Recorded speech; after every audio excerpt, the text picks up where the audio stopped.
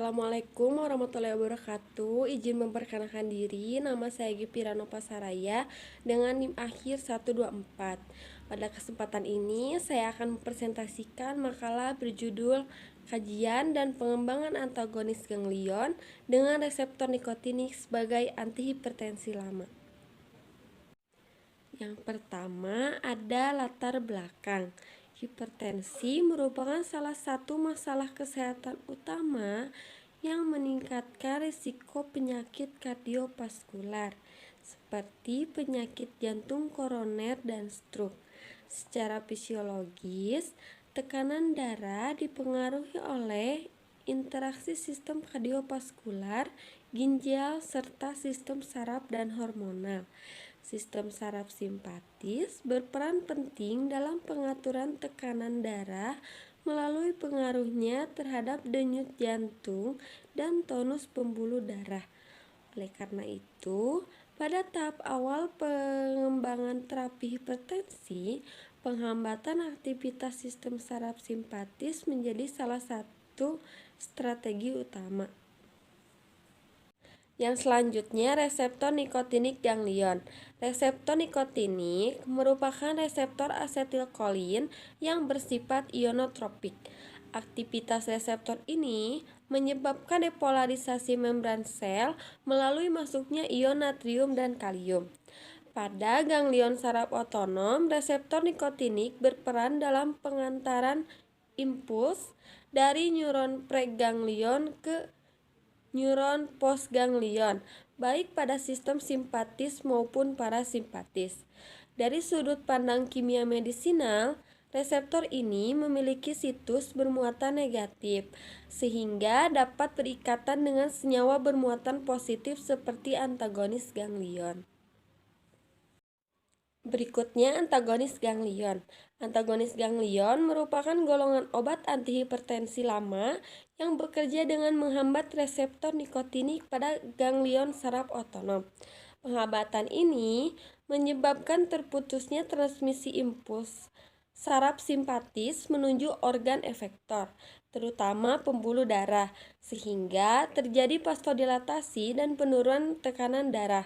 Contoh antagonis ganglion yang pernah digunakan secara klinis yaitu hexametonium, pentolinium, dan trimetapan.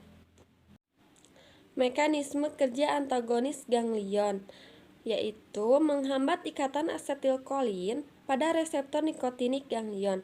Akibatnya, depolarisasi neuron postganglion terhambat sehingga transmisi impuls saraf simpatis dan parasimpatis terganggu.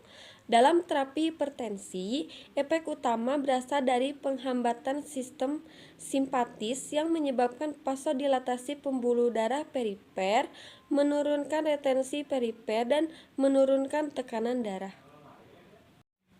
Selanjutnya, pengembangan kimia medisinal. Reseptor nikotinik ganglion diidentifikasi dan divalidasi sebagai target biologis awal dalam terapi hipertensi. Senyawa awal yang dikembangkan adalah hexametonium yang memiliki dua gugus amonium kuartener bermuatan positif yang dihubungkan oleh rantai karbon. Rumus strukturnya C12H30N24+. Struktur ini sangat memengaruhi kemampuan senyawa dalam berikatan dengan reseptor nikotinik ganglion. Berikutnya, hubungan struktur aktivitas atau SAR menunjukkan bahwa jarak antar gugus amonium kuartener sangat menentukan afinitas antagonis ganglion terhadap reseptor nikotinik. Perubahan panjang rantai karbon dan jumlah gugus bermuatan positif dapat memengaruhi potensi, durasi kerja, serta profil farmakokinetik obat. Penelitian SAR ini menjadi dasar pengembangan antagonis ganglion generasi awal serta memberikan kontribusi penting dalam pengembangan obat antihipertensi yang lebih selektif. Yang selanjutnya yaitu efek samping dan keterbatasan. Meskipun efektif, antagonis ganglion memiliki keterbatasan klinis karena mekanisme kerjanya yang tidak selektif. Blokade ganglion otonom secara menyeluruh dapat menimbulkan efek samping seperti hipotensi ortostatik, mulut kering, konstipasi, retensi urin, dan gangguan penglihatan. Risiko efek samping yang luas inilah yang menyebabkan antagonis ganglion ditinggalkan dan digantikan oleh antihipertensi modern yang lebih aman. Yang terakhir ada kesimpulan. Antagonis ganglion merupakan golongan obat antihipertensi lama yang bekerja dengan menghambat reseptor nikotinik pada ganglion saraf otonom, sehingga menurunkan transmisi impuls saraf simpatis dan menyebabkan vasodilatasi serta penurunan tekanan darah. Aktivitas farmakologinya sangat dipengaruhi oleh struktur kimia, khususnya keberadaan gugus amonium kuartener dan jarak antar muatan yang menentukan afinitas terhadap reseptor nikotinik. Meskipun efektif secara farmakologis, antagonis ganglion memiliki keterbatasan klinis akibat mekanisme kerja yang tidak selektif dan tingginya resiko efek samping, sehingga penggunaannya ditinggalkan dalam terapi hipertensi modern. Namun demikian, kajian terhadap golongan ini memberikan kontribusi penting dalam penghambatan hubungan struktur, aktivitas, dan menjadi dasar pengembangan obat antihipertensi yang lebih selektif dan aman.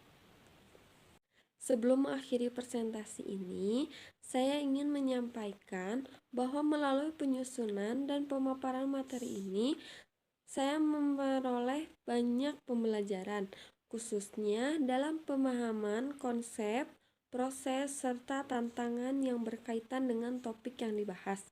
Proses ini tidak hanya menambah pengetahuan, tetapi juga melatih kemampuan berpikir kritis. Melalui pemaparan ini diharapkan dapat memahami peran antagonis ganglion dalam sejarah terapi hipertensi, sekaligus menilai keterbatasannya jika dibandingkan dengan obat antihipertensi modern.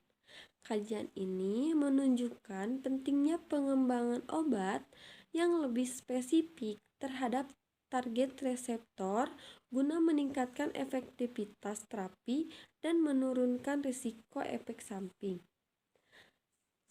Sekian, saya menyadari bahwa presentasi ini masih memiliki keterbatasan. Oleh karena itu, kritik dan saran yang membangun sangat saya harapkan. Terima kasih atas perhatiannya. Wassalamualaikum warahmatullahi wabarakatuh.